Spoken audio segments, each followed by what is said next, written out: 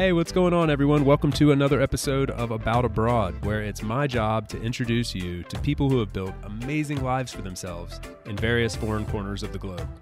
We're talking with expats and thought leaders about moving abroad, remote work, visas, and all the fun and practical knowledge that you need to know to follow in their footsteps. If you've ever dreamed of making a life for yourself overseas, maybe working remotely or embracing long-term travel, retiring or studying abroad, or even just taking a peek inside life beyond your borders, you've landed in the right place.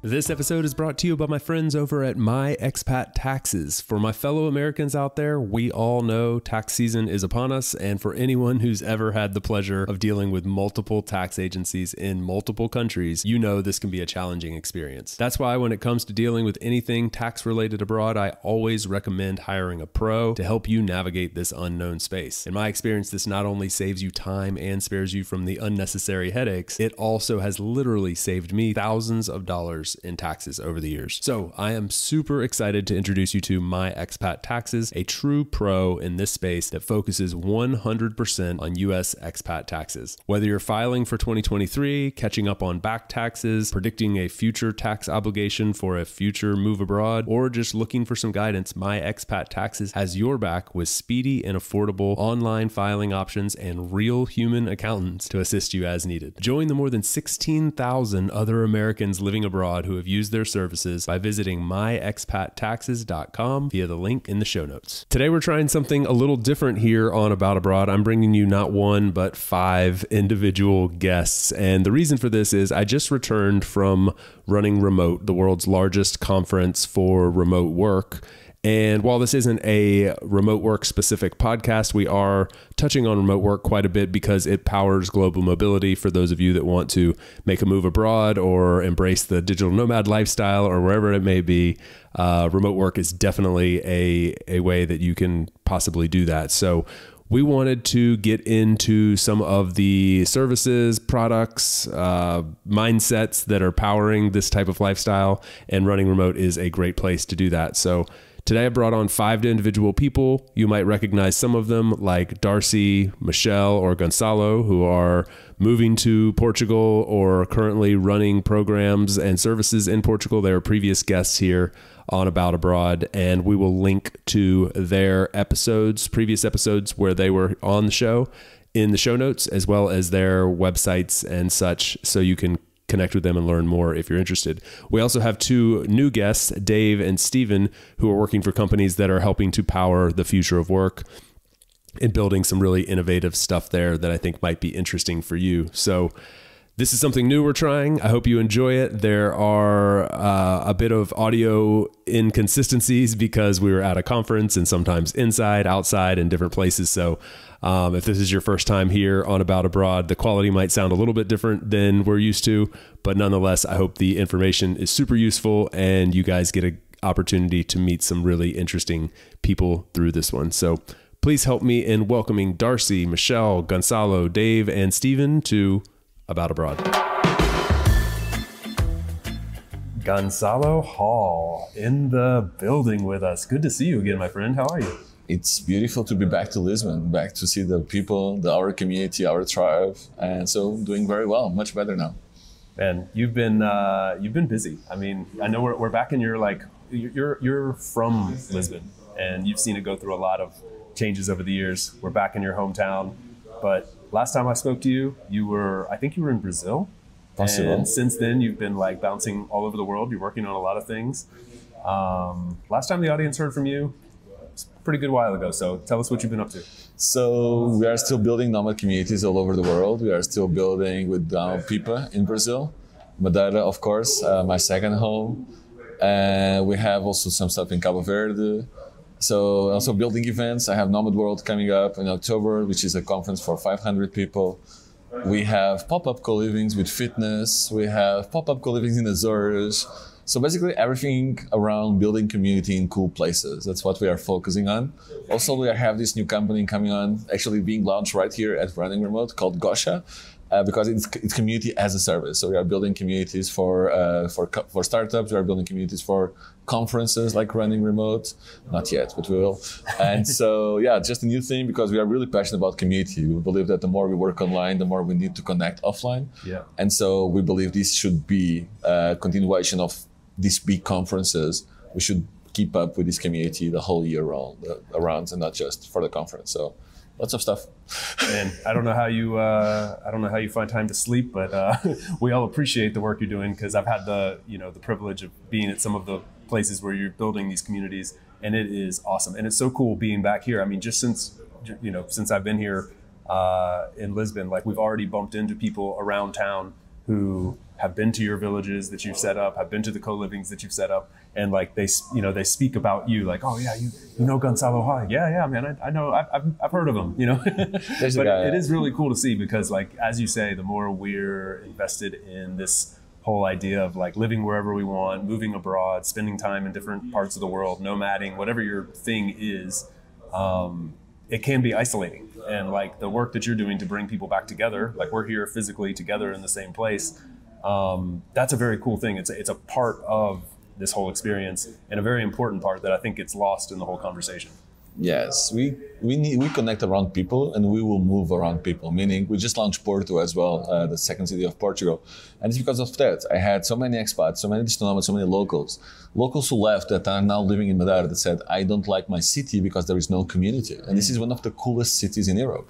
And so we are just starting the community there to connect the locals, the expats, and the nomads, because above everything, money is online, but the community needs to be offline, right? So it's all about the people. It's about being here, seated with you, connecting, eyes on the eyes, feeling, hugging. Yeah. That's what humans are striving for in a world where solitude, where loneliness is one of the key issues for mental health and for most humans. We are connected with the world.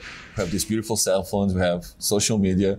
But social media is more like a window. You are not connected. You have a vision for other people's lives, but you are not connected because you are watching them. Yeah. So connecting offline will be everything.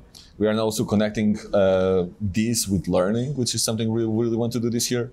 So imagine, instead of just going for one class while you're going to Bali or one surf class, we are doing this deep learning retreat. So connecting people while they work remotely, learning a skill together. Wow. So imagine learning surf for 1 month in one beautiful place like Peniche in Portugal, but then you work together with the people that are also struggling with you, because surf is hard. And I think this will even bring people more together than just working together, because we have this also second experience where we are learning a skill together, going through the same challenges, the same hard work, the same repetitions together. Like you see a lot in CrossFit, people suffer together, stay together. And I think that will be cool as well. It's something really cool about building bonds around struggling through something. And like when you niche down into, like, for example, we were just talking about this before we hit record, you're planning this pop-up co-living in the Canary Islands, where you're going to like basically be living, working, and training from a fitness standpoint together for what, a month? Is that right? A whole month, the whole August. Yeah, so all of August. Like imagine, just like if you're listening to this, imagine this, like, okay, let's go to the Canary Islands for a month with a group of like-minded people, and we're going to continue working. We're going to continue, you're going to live and do all the normal things, but also you're going to wake up in the morning and have like an awesome workout together. You're going to eat healthy. You're going to leave that month feeling great and make a lot of cool connections around it and experience an awesome place. We both love the Canary Islands. Like, you and I are both big fans. So I don't know, man, like this is very exciting, I think, for those of us that have been doing this for a long time, but have started to really crave like bringing your community back together again. It's the best of both worlds. I think we need this as humanity. Of course, this is also a need for being healthier. Like you said, I really struggle with being healthy on the road, traveling, all these places, all this amazing food. And I have these connections with politicians that really want to sell me their wine, their food. This is the best food you ever try. And I keep doing this for a living. But I really think like the health side of it has been left behind. Yeah. Our community is very health conscious, but we struggle with actually implementing all the information we have. Yeah, for sure. So if you are the average of the 5 people you hang out with, if you are in a co-living or in a community of 5, 10 people, everybody focus on their fitness, on their food, on what they do, on getting their sun exposure, and working out at the beach, and doing beach volleyball. You will grow because you are surrounded by these people. You are the average of the 5 people you spend your time with. So that's my expectation. I'm really excited. We are testing this August for the first time. It's something I created while I was in Brazil because I felt this need. I felt this experience by myself. I was in Pipa, working out 3-4 hours a day, doing CrossFit, playing beach tennis, doing paddle. And I was like, wow, this is the life I want to live. How can I build something that bring other people to experience this with me? And yeah, it's in Las Palmas this August, but we are doing like at least 4 times a year because this is something really cool. I want to optimize my life to and bring my community to experience it with me. You're solving your own pain point. Yeah, that's rule number 1 of business. As the king of nomads, that's pretty awesome. If you're feeling it, we're all feeling it. It's so funny because while you were doing that in Pipa, Brazil, like experience the sunshine and, you know, getting in like great shape and living this like beach style lifestyle, I was doing the opposite, and I spent 6 months living in the Dolomites in Italy. So I'm seeing your photos, seeing that experience. I was also living my own dream in that sense because I love the mountains. I wanted to do like a wintry alpine kind of thing. But like, there's a funny thing when you mix like winter, snow, mountains, and Italy together. It's not a good recipe for your health. Let's just say that. So anyway, I came out of that craving like, man, I need a similar experience in a sunshiny place where I'm going to get back in shape because the pasta and the snow is real. Anyway, I love what you're doing there. That's a cool niche to fill. I love it. And I love Italy. I think we need to do something like this in Italy. Italy can be very healthy. Yeah. I think there's just the FOMO is real. Like you are in Italy, do the best food in the world. You are going to eat it. Also, it's the best wine. Yeah, after and Portugal. they take it very seriously too. That's the thing. Like we had friends come over for dinner, prepare dinner, and it's like, this is going to be a whole thing. And like we both have lived in Spain before, right? Like living in Spain, small plates, tapas. You know, it's like they take food seriously in their own way, but Italy just does it on a different level. And I think it'd be cool if you could establish something, one of these communities in Italy. They've just come out with the digital nomad visa. The government there, they need you, man. So I'm looking at Italy. We had people coming to Madeira asking us to do Italy. We had some people trying at a small scale, but the government in general didn't support any of these projects yet. I think maybe we need to go more localized, meaning to go to a region that we see a lot of potential, work more with the region instead of the government, because the government is a whole mess in Italy. So maybe we do something, we start with a pop-up community or a pop-up co-living, and then we start building from there. We start building the rest. But I agree with you. Italy needs to be done. It's one of the best countries in Europe, the strongest, like such a strong culture. Yeah. The food culture, just the way they live, the dolce far niente as well. All this mix is some of the most incredible way of living. Yeah. So I think part of traveling is actually to get to experience these cultures, how they live. We need to do Italy. It's just a matter of time. I'm looking at it for like 2 years. But the right opportunity has to come. So yeah, it will be done. The universe will be aligned one day, and we need to go to try more dishes than pasta and pizza. I love it, Ben. Okay, I got two last quick questions for you. One, I know you just started something in Porto, which is I sometimes want to call that an underrated city. I don't know if that still applies because Porto's on the map, but it is still underrated in the international. When you step outside of Europe, when you step outside of the people who have been traveling for a long time, it's still somewhat off the radar.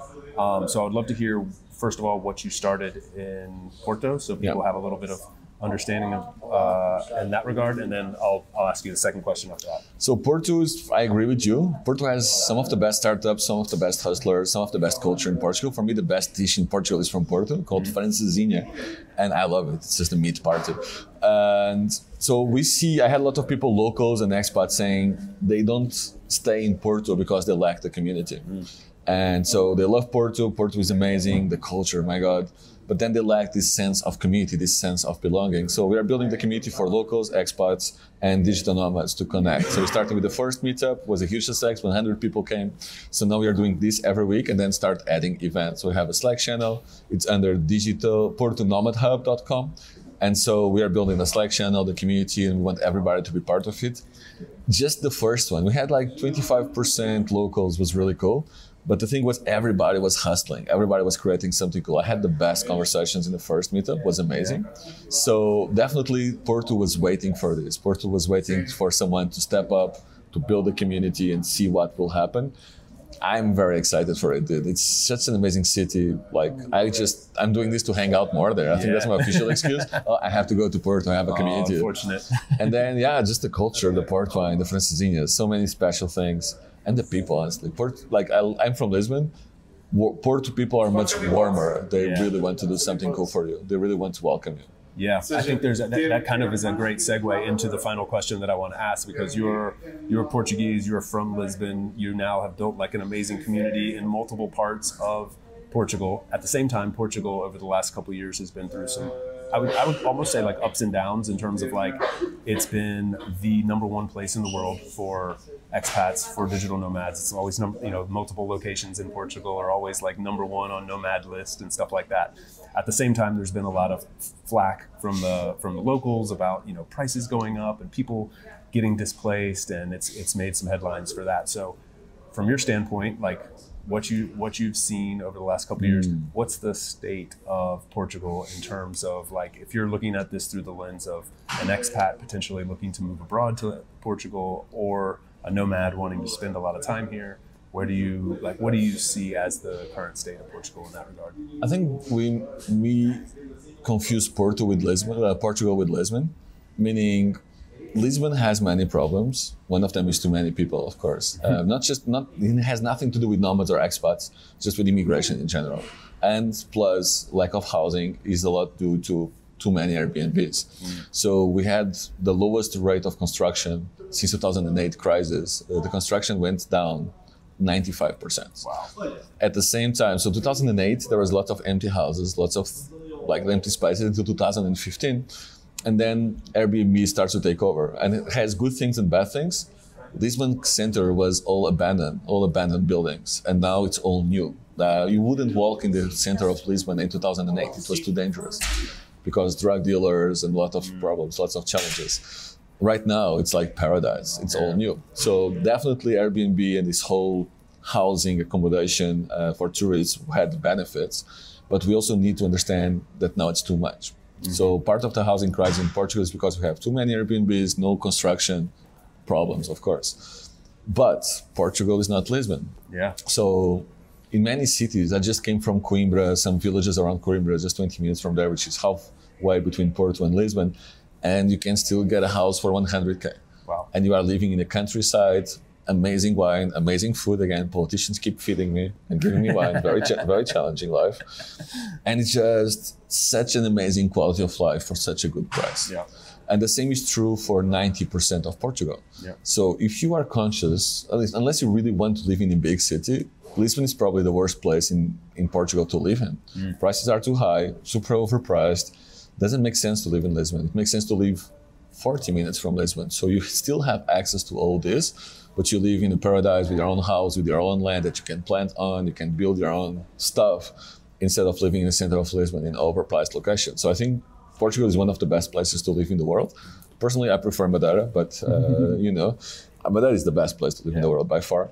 But I think there is lots of space. You have just to be more open-minded. And if you are looking for countryside, 40 minutes to 1 hour from a big city, from an international airport, where you can have land for a decent price, at the same time have this quality of life, this mentality of a village with incredible wine. A good bottle of wine in Portugal is €4. Wow. A good bottle. I'm not saying the bad wine, I'm saying the good wine. The good wine, yeah. You can buy a good bottle of wine for €4. You can buy a steak for €10.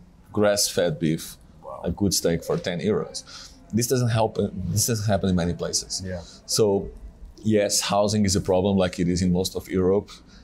As long as you think outside this box, that's Lisbon, I think you'll be pretty well and your life will be very good. Yeah, one element that adds to all of that, thanks to you in a lot of senses, is that in those places you now find community. Yes. And that, so you're not just living in the countryside and living cheap in the countryside, you're also living in a place that's comfortable, great climate, good food, and oh yeah, by the way, awesome people. So yeah, that's an excellent point to make as well. And as an add-on, if you don't want to live in the mainland with the chaos, you can literally go to Madeira, for example. I live in a village, or I'm based in a village, Ponta do Sol, 20 minutes from the airport. Yeah. And I live in a village with 8,000 people where I get to know everybody there. I connect with the locals, I connect with the Lam community, we have free co-working space. And I'm 20 minutes from shopping malls, etc. It's still this sense of belonging with a huge community 20 minutes from the airport, you know? You're 20 minutes from everything in Madeira, man. You're like 20 minutes from rainforest, 20 minutes from black sand beaches, white sand beaches, forest, snow-capped mountains, like whatever you want, you got it in 20 minutes. 20-minute rule. It's an epic spot, yeah. I will add that to our marketing, the 20-minute rule. You get there everywhere. Yeah, that's true. Yeah, but that is like unique for sure. We have limited space, so it's a little bit more expensive right now. But again, like that's a good thing about Portugal. You have something for everyone. You have mountains in Serra da Estrela. You have amazing surf beach in Peniche. We are building a community in Peniche as well. You have the south, which is calm sand beaches. You have the islands, Madeira and Azores, completely opposites. Like it's insane the diversity of options you have in a place like Portugal. It's such a small place. Gonzalo, you're the man. Great to see you. I'm looking forward to spending more time together this week. And for those of you wanting to learn a little bit more about Gonzalo's story, we're going to link to his previous stops by About Abroad here on the in the show notes. So you can access those in the show notes, and you can also access some of the links to his websites and places to connect with him as well. Good to see you, my friend. Good to see you, man. Thank you.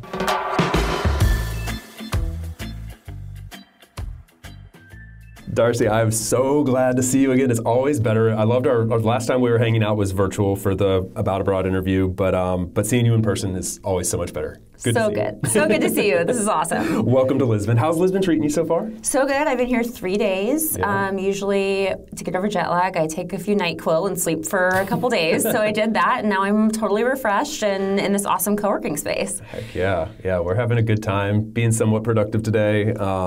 You have been busy, and I'm glad that I get a chance to steal a few minutes from you because I feel like you have so much going on. I know some of the stuff that you have going on with Tulsa that I want to talk about. I know you're moving to Madeira, like now. Yeah. So let's see, where do we start? Oh, man, I don't know. It's been, a year since I saw you in person, and I think the last virtual podcast we had, I was up in Northern Ireland. I believe so, actually, yeah, after running remote.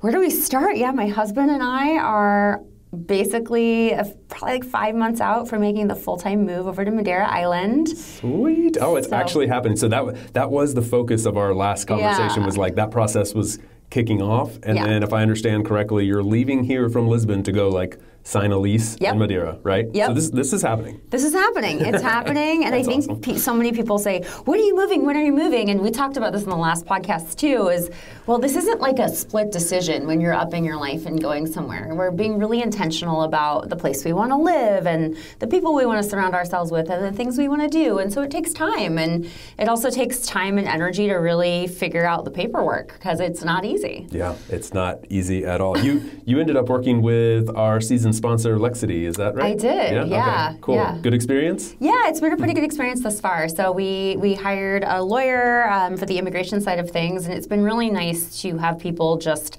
telling us what to do and having us fill in the blanks. And I think that, ask me after the whole process is ended, but it's been worth every penny so far. Nice. Oh, that's awesome. I always feel like it's worth it to like just get somebody to grease those wheels for you because, I mean, even with a lawyer, it still is like, it always drags on longer than it's supposed to. It's more complicated. There's like gray areas that you just can never understand on your own. It's brutal. Yeah, and sometimes you need to be okay just not understanding things and trust that they've got your back. Yeah, that's awesome. I love that. So this is actually happening, and you're going to sign a lease, and you guys are still like stoked on the idea of Madeira, and you're leaving an awesome place. Like you live in Southern California. Yeah. You're not leaving the middle of nowhere, and so like that says something about Madeira that you're choosing to go there. Yeah, it's we wouldn't leave where we live if it wasn't for something that was really stoked our value of adventure and the ability to really build what we want to build as a couple and with our life. And in a lot of ways, Madeira, from a weather and soil standpoint, I think we mentioned it the last podcast, it's the exact same latitude line as Encinitas. It's where we live. So we wanted to be in a place where the flora was really similar, where we could still surf, where we could still have that adventurous lifestyle, really similar weather and growing season. And Madeira really checked those boxes. And not only to mention that there's an incredible community of expats, nomads, and locals just there ready to welcome with open arms. That's the central theme of my conversations with everybody around running remote so far, like leading up to this event, getting here, talking with people, community, bringing people back together, spending time together, like with people that you get along with and have similar interests in, but just happens to be in a foreign corner of the world. Like that's what this is all about, and having the flexibility to do so. 100%. Values-driven communities, I want to be with my people. Yeah. And sometimes my people aren't in a physical location that I'm in, and I've found a place that, ask me after a year of living there, but what we've experienced so far has really been a community of like-minded individuals, which is really important to me. And also one of the reasons I think we'll get to in a little bit why I'm working with Tulsa as well is just because of that like-minded community architecture, which I think is so important to growth. You hit the segue for me, because I wanted to go into that right away, because when you talk about that like values-driven community, I think you also found this in what some people might say is like, of all places, Tulsa, Oklahoma, right? Like that's not the first place that comes to your mind. A few years ago, Madeira wasn't the first place that would come to anybody's mind either. So I would love to hear a little bit more about like what stoked your fire when you landed in Tulsa and what you're doing with them and some of the other governments you're working with now. Yeah, absolutely. So this year I'm running a workcation experience with Tulsa and Tulsa Remote and Experience Tulsa. So for those of you who aren't familiar on the podcast with Tulsa Remote is a nonprofit program that pays individuals $10,000. You heard that right. They will pay you $10,000. A lot of ears are perking up. What? To move to Tulsa, Oklahoma for a year. And part of that reason behind it is really to diversify the economy in Tulsa. Tulsa, for a lot of years, really has been known as an oil and steel capital.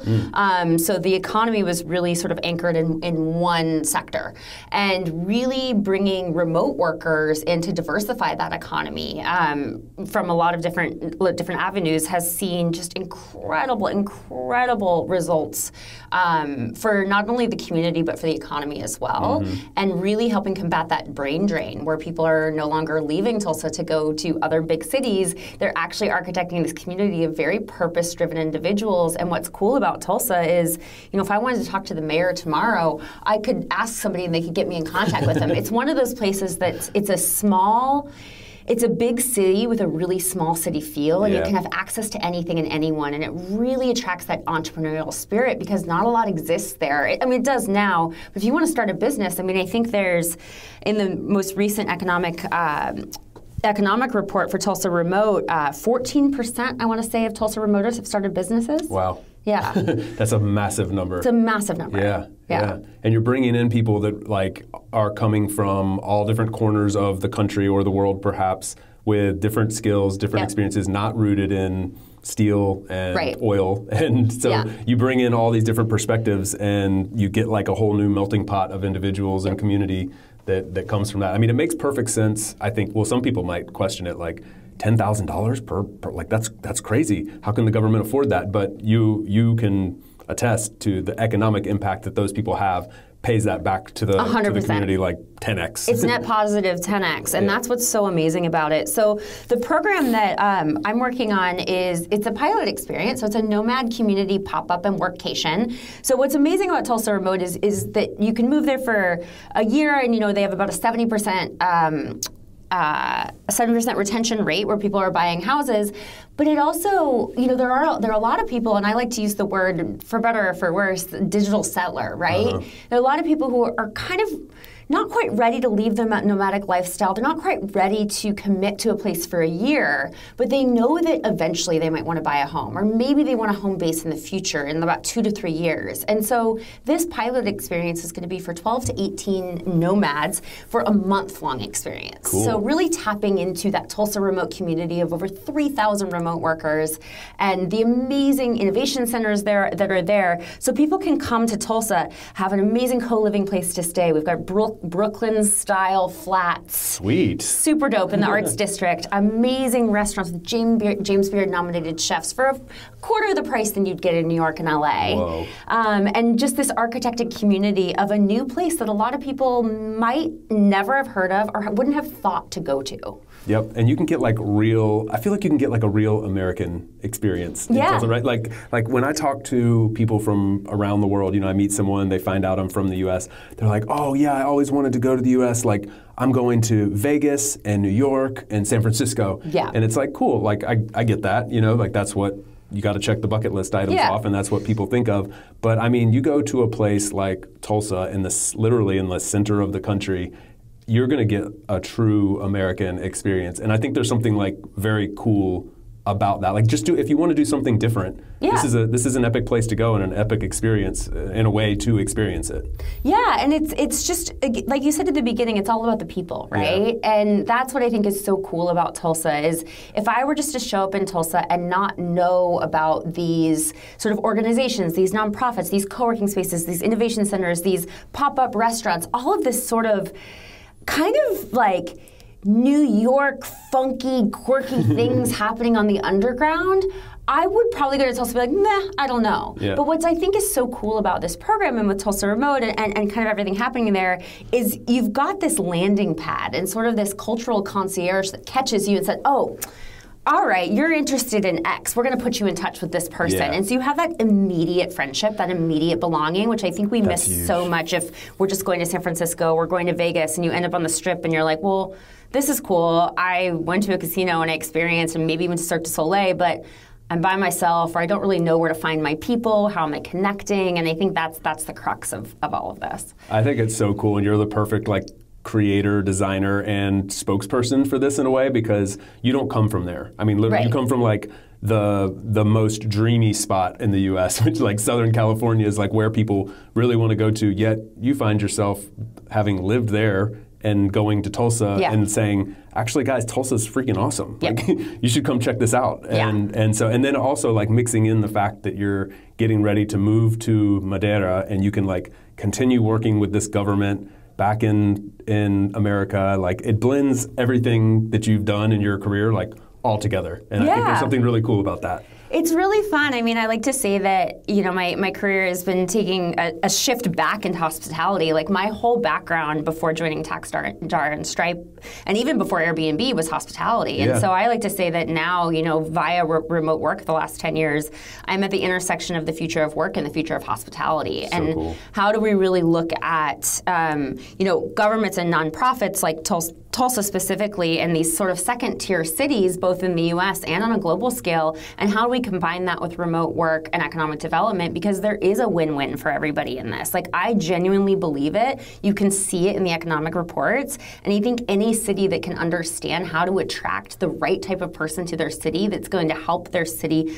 diversify and grow and be better for everyone, how is that not a win-win? It is absolutely a win-win. Yeah. I love that it's come together. This intersection is so cool. It's perfect for you, and I think it's awesome that you've established yourself in this space, and I think some other governments out there would be smart to talk to you as well. Yeah, give me a call, people. I'm here. Awesome. Well, thank you for stopping by again. It's so good to see you. We're going to have a fun time this week, and I will place all the links to catch up with you where people can connect in the show notes. So awesome. If you're interested in talking to Darcy more, you'll have that in the show notes. Cool. Thanks, Chase. Appreciate it.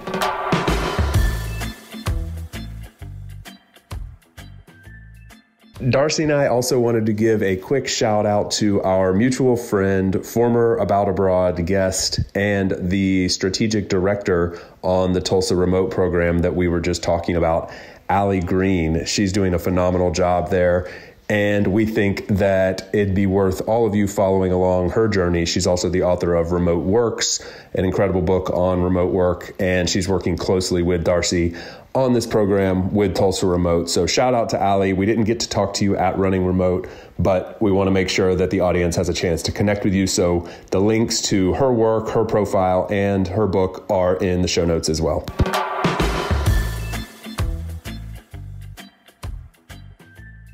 All right, Stephen, good to see you, man. Yeah, we meet up again in another cool place. Last time in Ireland, this time in Portugal. Yeah, on the conference circuit again. Yeah, that's what we have to do, I guess. Not a bad place to come this time of year, though. How's Lisbon treating you so far? It's been good, yeah. We came through kind of a wet and cold winter in Ireland, so getting any bit of sun is enjoyable. But yeah, we've got the Factor 50 sun cream going and everything, so yeah, we're enjoying it. I love it. Where do you live in Ireland, by the way?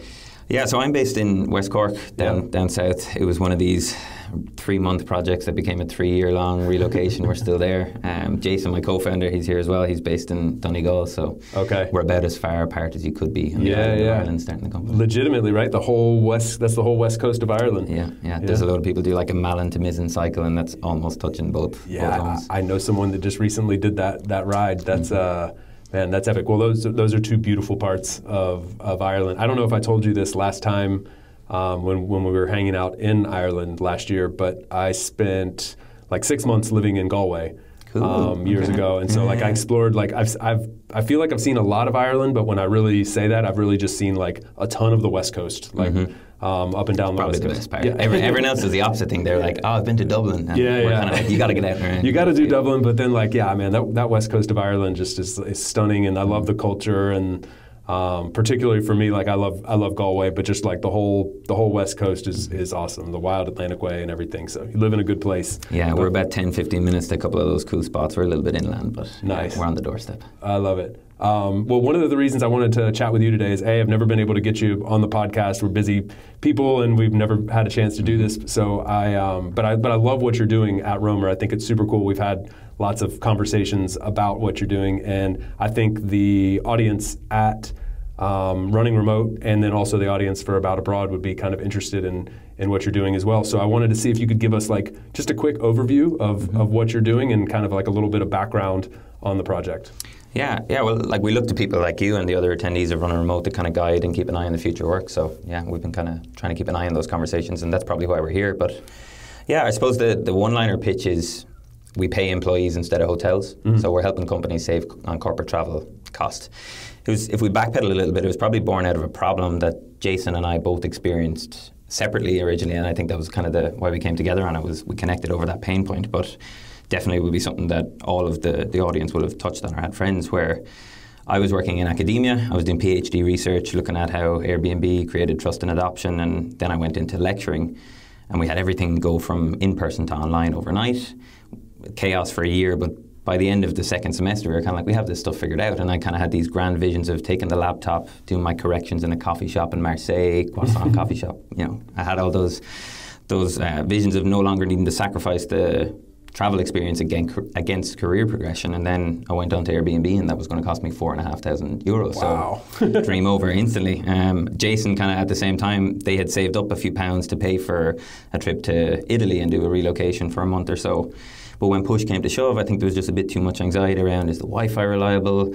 You know, are we both going to be able to be on calls in this home at the same time? And there's kind of a work centricity that wasn't being satisfied in some of the other accommodation platforms. So yeah, we built out a B2B home exchange platform. So we would sell to companies, they join our network, and it's completely free for any of their employees to travel and work from anywhere. Wow. Like that was V1, that was our kind of go-to-market, and it's really like Romer for personal trips.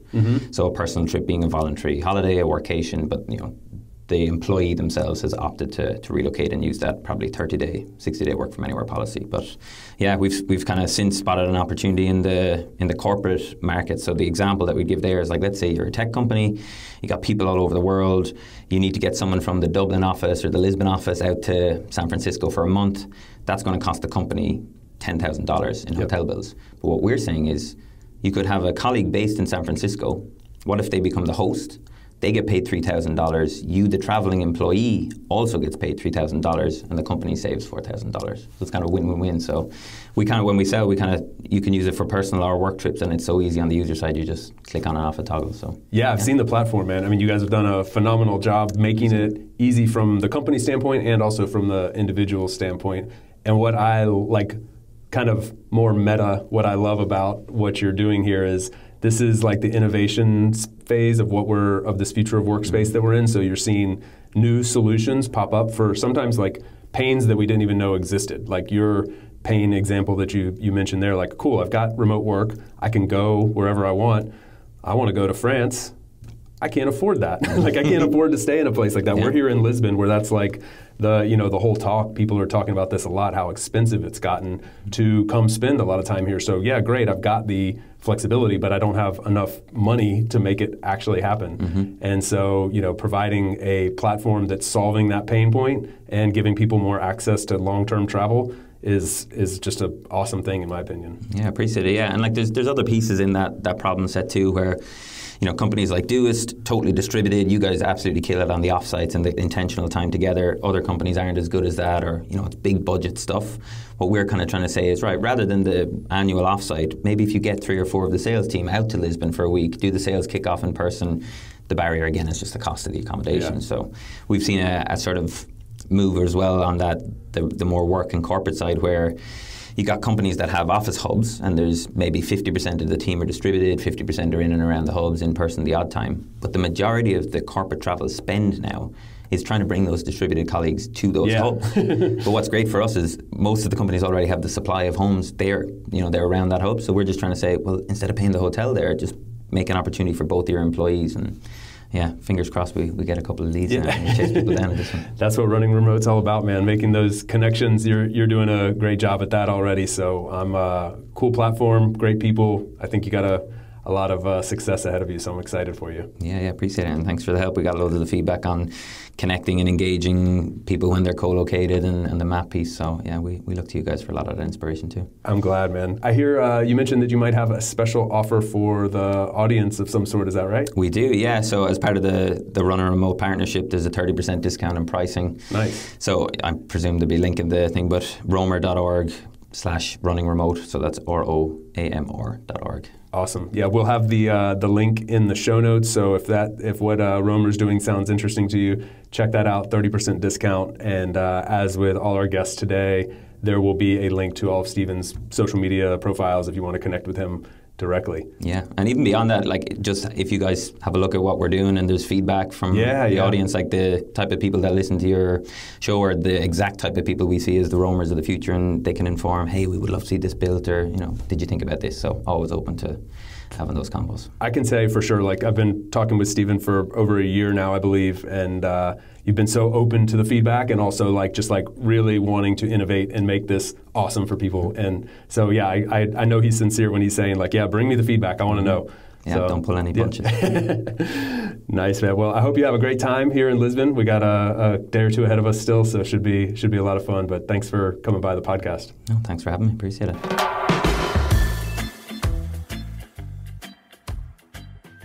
Okay, I am back out here looking at the beautiful bay here in Lisbon with my good friend Michelle. How are you? Good to see you again. Oh my God, it has been a year. I can't even imagine. It has. I know. We met here last year at Running Remote. Yes. And since then, I've had you on the podcast. We shared all about your incredible journey, all the cool things you're doing at the Nomad Escape. And I hear you're continuing to do amazing things. Is that right? That is more than right. That's fully correct, and even bigger and better things. And the last year has been an incredible year actually for us. We've been hosting so many retreats and events in last year, and actually this year I've been restructuring things a little bit and taking a step back, doing less events but focusing more on the depth of connections that we're building. And also when people leave our events, like how can we keep the connections still going. And for that we built now an online community which is called the Inner Circle to really help people finding the right people and connections to build their business further out and faster actually. And incredible things are happening at this moment. Still in amazing locations? Like you still mainly in Madeira? Of course. Now on Madeira Island, but I'm going to go next week to Tarifa for another event, but also scouting there. And actually, I am considering to do something in Sri Lanka. Oh, cool. At the moment, because I heard that's a very new market, and it's very beautiful and gorgeous, actually, and potentially for another Nomad Island Fest, because we have now this year the 4th annual edition of the Nomad Island Fest on Madeira Island. Yeah. And Sri Lanka is also an island, so why not do that? Keep it going. Yeah, just cool island hopping. Nomad escapes all around the world. Yeah, living the life.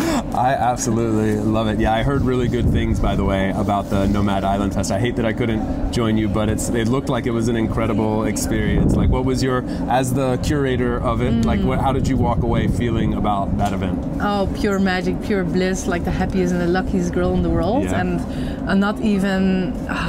sometimes it's hard for me to believe that I created this, that I had a vision, and it's now really happening, and people are flying in from all around the world.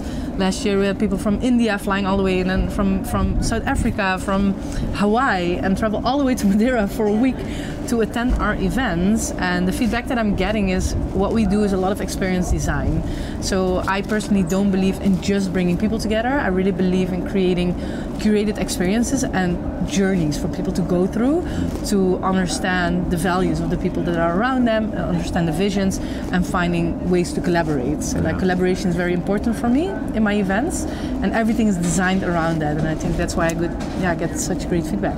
I think so too. Yeah, I've actually run into a few people here at Running Remote that have brought up the fact that they either went on one of your trips or they're planning on going on one of them. Oh, so okay. I haven't told you that yet, but yeah, I've actually run into 2 different people here, one who went and one who's planning on joining. Awesome. So, yeah. Well, send the one who's planning to me. I absolutely will. That's awesome. Yeah, and how's your time so far here in Running Remote? Like, what do you think so far?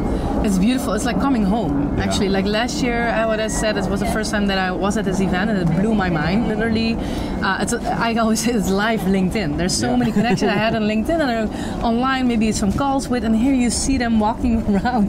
It's like my contact database of LinkedIn is just walking around here physically. All these floating avatars. Exactly, but they're real, and that is, that's also what you do for your work, bringing people physically together. And here we have the space to finally meet and finally connect.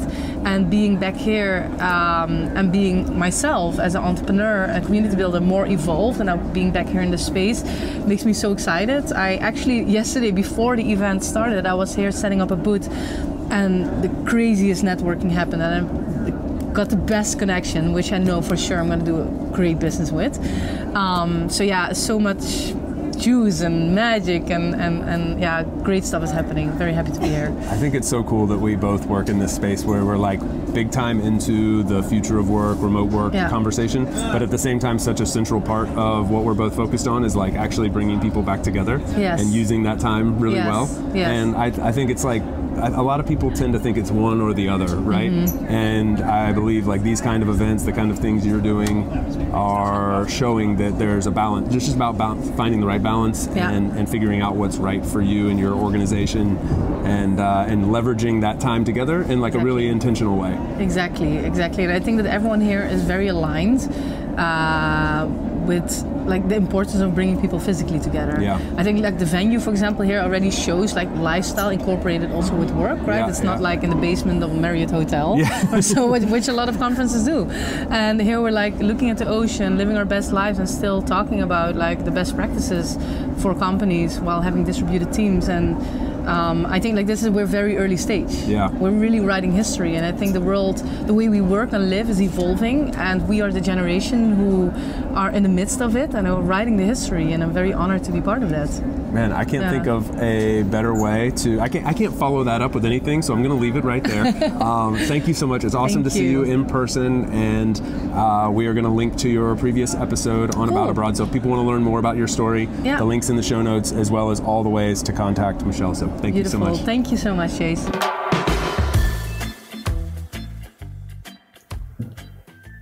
You know, one of the things I think is fascinating about the conversation that you and I are about to have right here is I was reflecting on the journey that you had to take in order to get to this physical space where we were all gathering there in Lisbon, and kind of doing my like post-mortem, looking back on the conference. I thought, man, Dave really had a journey, and like thankfully he doesn't have to commute to an office every day, because from Prince Edward Island, I think that would be quite a daunting journey every day. So anyway, I don't know if that resonated with you, but that I found that really fascinating. Well, it did. We were talking on the final leg of my journey, where I was actually driving back from Halifax, which is about a 3.5-hour drive to Charlottetown, where I live, crossing along the way the longest bridge above a frozen waterway in the world, which was erected in the 90s. And we're actually still pay for that bridge. Every time you cross it, you have to pay $50. What? And it's funny because I'm like, as a resident now, I never cared when I was a tourist, right? But now I'm a resident. It feels like you're getting taxed to like live where you live, right? And I said to my wife one day, I'm like, what's better? Paying for it when we leave or paying for it when we arrive? And I arrived to the conclusion I'd rather pay on my way out the door than on my way back to where I live. But no, Chase, it's a fascinating thing for me to reflect and, you know, just ponder how much my life has changed. Because as you know, and as we discussed, I grew up in Toronto my whole life, spent, you know, almost the better part of a decade being an office leasing agent, working in an office every day. And then in the pandemic, my wife and I made the choice to relocate to a fairly unconventional place. I've called myself the digital homad, with the idea being that I live in an unconventional place, which has been afforded by the mass adoption of, distributed work. But my daughter still's got to go to daycare and stuff, so I can't just be, there's certain daycare, dance, whatever. Like I can't just be hopping around all over the place. But nonetheless, live in an unconventional place. And it did take me a while to get home. I had to go from Lisbon to Montreal and then lay over in Montreal for a while, and then fly to Halifax and then drive home. So yeah, it took me a while. 3-hour drive to cap it off. I think your story is one of the more, in a lot of ways, like one of the more telling, realistic stories of this whole shift to distributed work and having freedom and flexibility over where you choose to live and when you choose to work. Because when I see the content that you put out there, it's often rooted in home and family, and the optionality that it's afforded you. It's very fun and sexy to talk about being a digital nomad and traveling all over the world and moving to new countries. But I think the real power of this movement is more so rooted in the types of things that you talk about and advocate for. So, and I also think it's cool that I really gathered this from your panel for the people that are listening and weren't able to make the trip to Lisbon. Like, one of the things that you do better than most of us in this space is, like, because of your background in real estate and where you work now in the future of work movement, you're able to kind of see both sides of this conversation. It's not all one or all the other. It's not on the two extremes, but you have a vantage point that allows you to see both. And I think there's like a superpower wrapped up in that. Yeah, I appreciate you saying that. And that panel, which was, I forget the title of it, but we were debating either being in office, hybrid, or remote. And I did it with Ryan Anderson, Miller Knoll, and Allison Vent from Dropbox. It was truly one of the most fun conversations I've had in a long time. A totally respectful, fun debate on those three legs of the stool, if we want to call it that. But one of the things, Chase, that I have been wrestling with a lot over the last year is separating my own life, my own ideologies from what really is reality in this sort of moment of post-pandemic working in 2024. And I've kind of arrived at the conclusion that I'm actually a bit of an aberration, meaning that the way that I'm living and what I'm able to do. And by the way, I should just note on here that I don't just work exclusively from home. I travel a lot for work, and then I also work from co-working quite a bit. So I really believe actually in the importance of separation, even in a remote setting. But it's just been really powerful for me to kind of go, okay, I live one way, I may think one way, but how can I be a channel, as you say, between the remote world and the in-office world? And I think that and this is probably my main takeaway from running remote, is that we are in a hybrid moment, whether we really want to accept that or not. My main assertion on the panel was that most companies cannot go back to being fully in office. It's a talent and attraction nightmare. They will be in big trouble if they go back to the way that they did things in 2019. But many of them don't want to or can't get over to the other pointy end of the spear, which is what Dropbox and Atlassian and others are doing. And I gave this kind of cheeky example on the panel, which was, if all of a sudden we were to experience a new movement in the world of health and well-being, the best people to capitalize on that movement and this newfound knowledge that this is the way would be, holistic nutritionists, health coaches, anyone who's in that space, right? They would have possessed the foundational knowledge to turn and move in a new direction, right? But I think in this world of work, what we're experiencing is that many people are trying to figure out how to be quote unquote healthy for the first time. They're realizing that their workplaces were sick. There's this workplace pandemic that ensued as a result of a real pandemic, right? And you can't just go from being someone who has a limited knowledge or capability to do something massively differently and then all of a sudden just go to the other end. You see that we actually saw that, right? We all got thrown into doing things in a completely new way. And in a lot of respects, it was a total cluster F, fill in the blank, right? And so now we're in this moment of trying to take this chaotic state of post-pandemic work and try to create some order around it. And that moment to me is hybrid. And that's why I think a lot of companies just don't even have a choice. They can't be in an office and they can't be Atlassian. They have to hopefully learn from the companies that are on the bleeding edge of change and try to take elements of their playbook and apply it to a more realistic version of hybrid work that is more feasible today.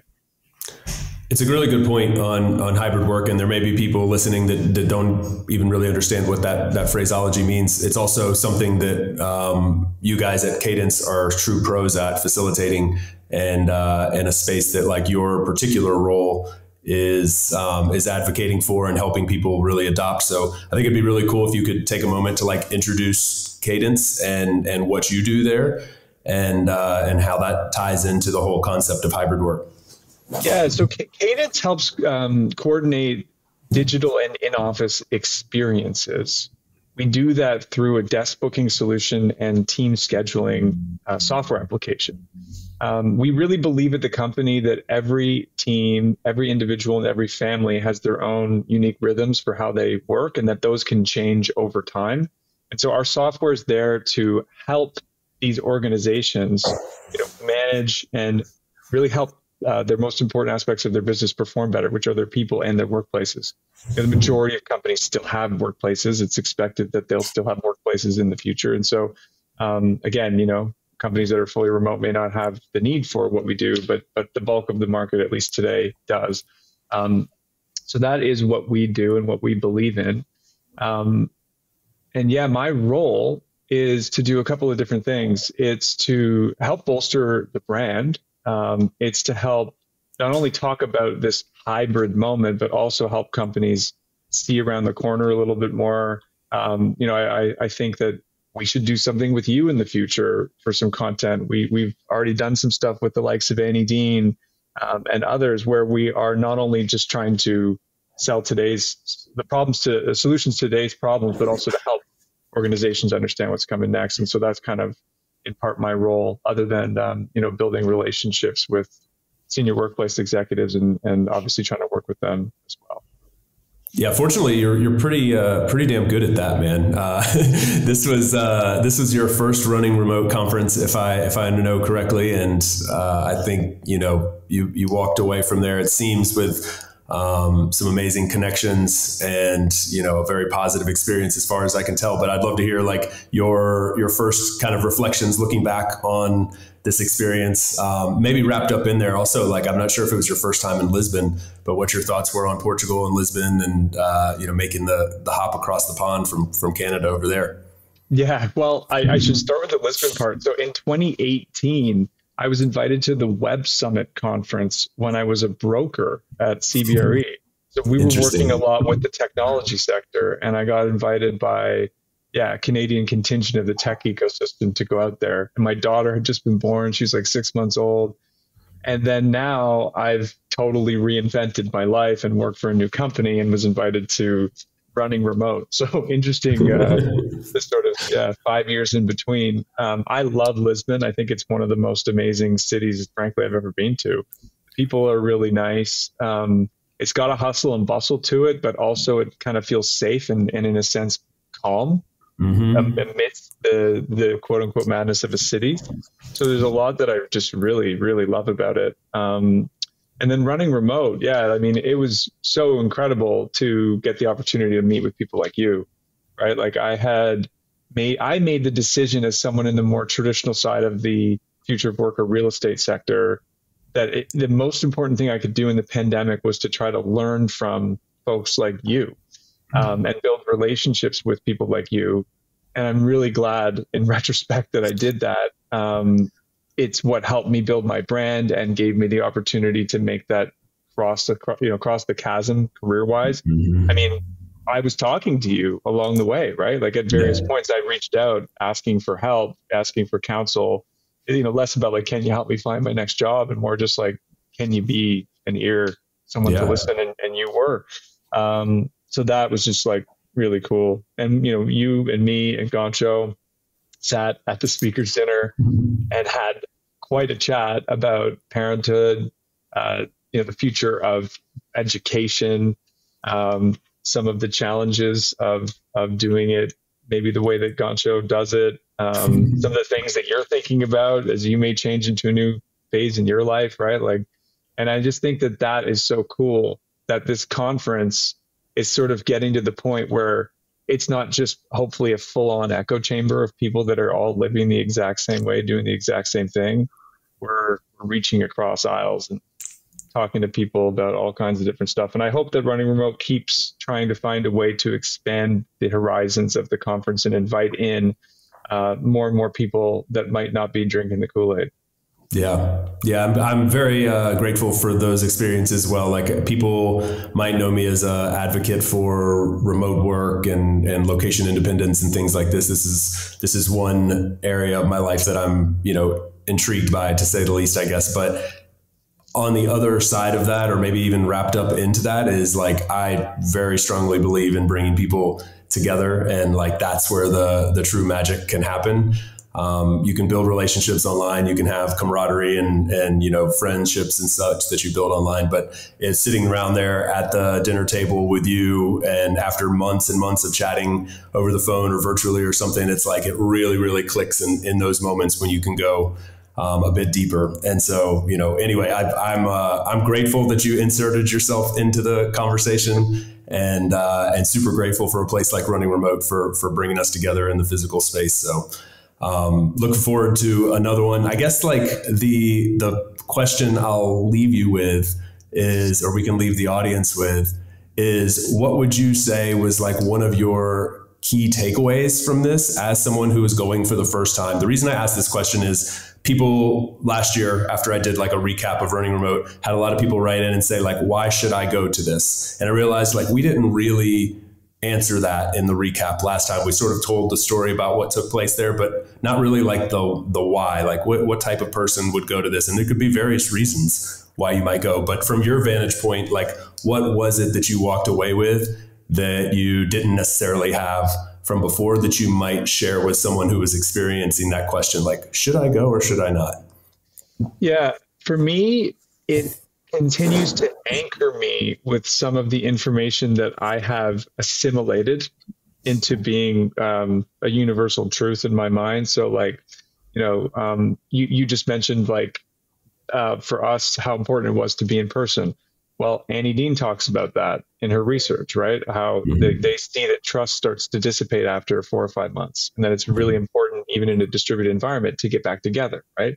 I listened to Raj Chaudhry, I'm hoping I'm pronouncing his name properly, from Harvard Business School, talk about the importance of being within, roughly 4 hours a time zone difference to be able to find opportunities to collaborate with each other and be synchronous to some extent, right? And he again talks about that. So like I could give 10 more examples of that, but it assimilated a lot of that knowledge and made it anchored it in me even more substantially than prior to going there.